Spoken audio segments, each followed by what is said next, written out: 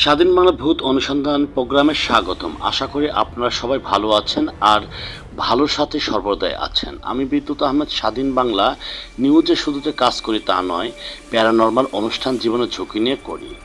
ভয়ঙ্কর প্যারানর্মাল ভূত বিষয়ে ইমেল করতে পারেন info@sbtv24@gmail.com। ফোন করতে পারেন 019109982968 এই নাম্বারে, অথবা হোয়াটসঅ্যাপ নাম্বারে যোগাযোগ করতে পারেন 01712894805 এই নাম্বারে।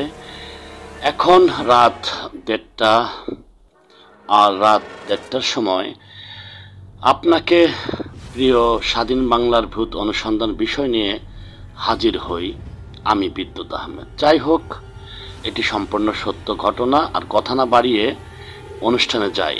তবে যেখানে অনুষ্ঠানটি করেছি, যাকে নিয়ে আজকের এই ঘটনা, তার নামটি গোপন রাখা হলো। সাভারের রাজফুলবাড়িয়া ভরারির কোনো এক বাড়ির ভাড়াটিয়া, ছদ্মনাম রিমন, পেশায় রাজমিস্ত্রি। রাজফুলবাড়িয়া কোনো এক হিন্দু সম্প্রদায়ের জায়গা বিল্ডিং এর কাজ করতে যায়। দিনটি ছিল মঙ্গলবার। গরুর মাংস দিয়ে পেট ভরে খাবার খায় রিমন, তারপরে কাজে যায়। সেই বিল্ডিং এর তারা কয়েকজন ছিল। হেডমিস্ত্রি রিমনের সম্পর্কে মামা হন। হেডমিস্ত্রি অনেক বার বারণ করেছে ও সাবধান করেছে যে ডোবাই যাতে করে কেউ না যায়, কারণ অনেক রাজমিস্ত্রি কাজ করতে করতে তাদের অভিজ্ঞতা হয়। কন্ট্রাক্টর তো কাজ করে না, কন্ট্রাক্টর শুধু কাজ দেখিয়ে দেয়, হেডমিস্ত্রি সব কাজ করে। যাই হোক, রাত বা দিনে অনেক বিল্ডিং এর কিছু এমন কোনো ঘটনা ঘটে, কিছু ঘটনা ঘটে যাকে ফেস করতে হয়। অনেক রাজমিস্ত্রিকে ফেস করতে হয়েছে, অনেক রাজমিস্ত্রি যে হেডমিস্ত্রি থাকে সেও ফেস করেন এই বিষয়গুলো। দুপুরবেলা রিমন মামার কথা না শুনেই ডোবার কাছে যায়। ডোবাতে কোদাল দিয়ে মাটি খোঁড়ে ও মাটিতে আঘাত করে সরাতে থাকে। ঠিক তখনই ঘটে বিপত্তি। রিমনকে এক ধাক্কায় মাটিতে ফেলে দেয়। এরপর রিমন দৌড়ে দোতলাতে যায়। যাবার সময় রিমনকে বলে, তুই আমাকে আঘাত করেছিস, আহত করলি, আঘাত করে কাজটা মোটেও ভালো করলি না।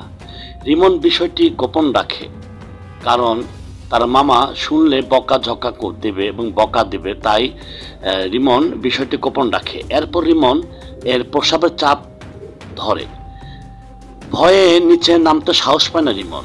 তারপর সে দোতলা থেকেই প্রস্রাব করে। এরপর শুরু হয় অদৃশ্য এক শক্তির তাণ্ডব। রিমনের মামা নিচতলার বিল্ডিং এর কাজ দেখভাল করতেছিলেন। এ সময় রাজমিস্ত্রির সিমেন্ট মাখানো কড়াই ও অন্যান্য জিনিসপত্র বাতাসের ঘূর্ণিপাক খাওয়া এরকম বাতাস এসে সব কিছু ফেলে দেয়। রিমনের মামা ভয় পায়। অদৃশ্য এক শক্তি, যেটা মানুষ বা জিন এইরকম কি না তা জানে না। রিমনের মামা যেটি বলেছেন, রিমনের মামার কানে এসে বলে, তোদের একজন বাঁচবে না, আমি মেরে ফেলবো। এ কথা শোনার পর রিমনের মামা দোতলায় দৌড়ে যায়। গিয়ে দেখে তার ভাগিনা রিমন অজ্ঞান হয়ে মাটিতে পড়ে আছে, অর্থাৎ বিল্ডিং এর দোতলায় পড়ে আছে। পরে ফেসবুক পেজ এর দেওয়া নাম্বারে ফোন করে আমি তাদের দেয়া ঠিকানা অনুযায়ী যাই। ঘরে প্রবেশ করতে আমাকে বলে, বড় ভাই এসেছিস? ও আমাকে কি করেছে জানিস? আমার গায়ে প্রস্রাব করেছে ও আমাকে কোদাল দিয়ে কুপিয়ে আহত করেছে। আমি ডোবায় ঘুমাই, বিশ্রাম নেই। আমরা কোথায় থাকবো? থাকার মতো জায়গা নেই, সব তো মানুষ দখল করে নিয়েছে। আমরা কোথায় থাকবো? তাই ওকে ধরেছি। প্রচুর রক্ত শরীর থেকে খেয়েছি, আর কিছুক্ষণ পর ও মারা যাবে। আমি বললাম, কে আপনি? উত্তরে যা বলেছে সেটি আমি শোনার জন্য মোটেও প্রস্তুত ছিলাম না। সে বলেছে আমি পিশাচ ও আমার সাথে আরো দুজন আছে, তার নাম ডাকুনি ও জকুনি। আমরা মোট 3 জন আছি, 3 জন ওকে ধরেছি। আমি বললাম, দেখো, তোমাদের তো দেখা যায় না, তোমরা তো অদৃশ্য থাকো। তখন বলেছে ওর মামা ওকে সাবধান করার পর কেন আমাকে আঘাত করলো। প্রিয় দর্শক, অনেকক্ষণ জেরা করার পর আমাকে শেষমেশ শ্মশান মা কালীর শরণাপন্ন হতে হয়েছে। যদিও আমি মুসলিম ঘরের সন্তান, কিন্তু আমি কালীকে সম্মান করি। তিনিও আমাকে সন্তানের মতো দেখেন। বিশ্বাস করা না করা আপনাদের একান্ত ব্যক্তিগত ব্যাপার, একান্ত বিষয়।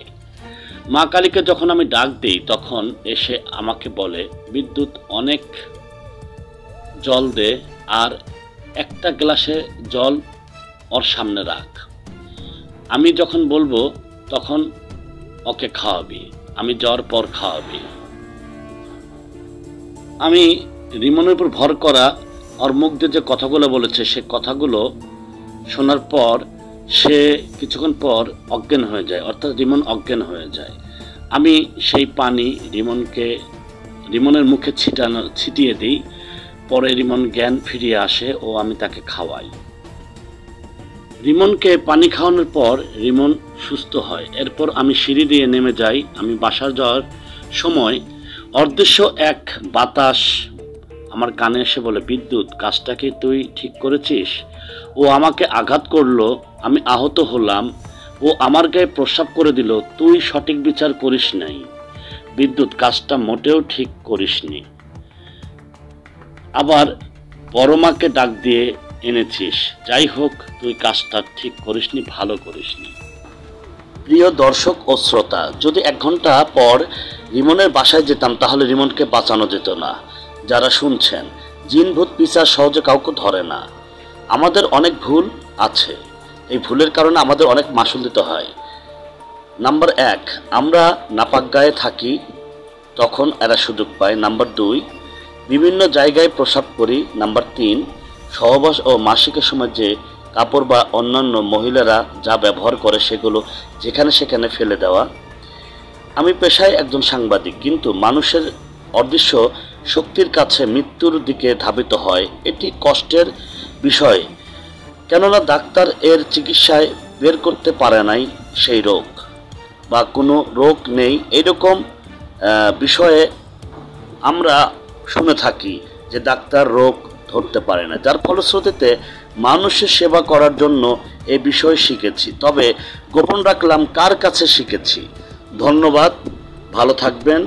আবারও কোনো না কোনো নতুন সত্য ঘটনা নিয়ে হাজির হব ভূত অনুসন্ধানে, স্বাধীন বাংলার ভূত অনুসন্ধানে। আমি বিদ্যুৎ আহমেদ আছি পাশে, আপনাদের পাশে থাকব। ভালো থাকুন আপনারা, ভালো থাকুক আপনাদের প্রিয়জন। শুভকামনা জানাই। স্বাধীন বাংলা নিউজ স্বাধীনতার কথা বলে।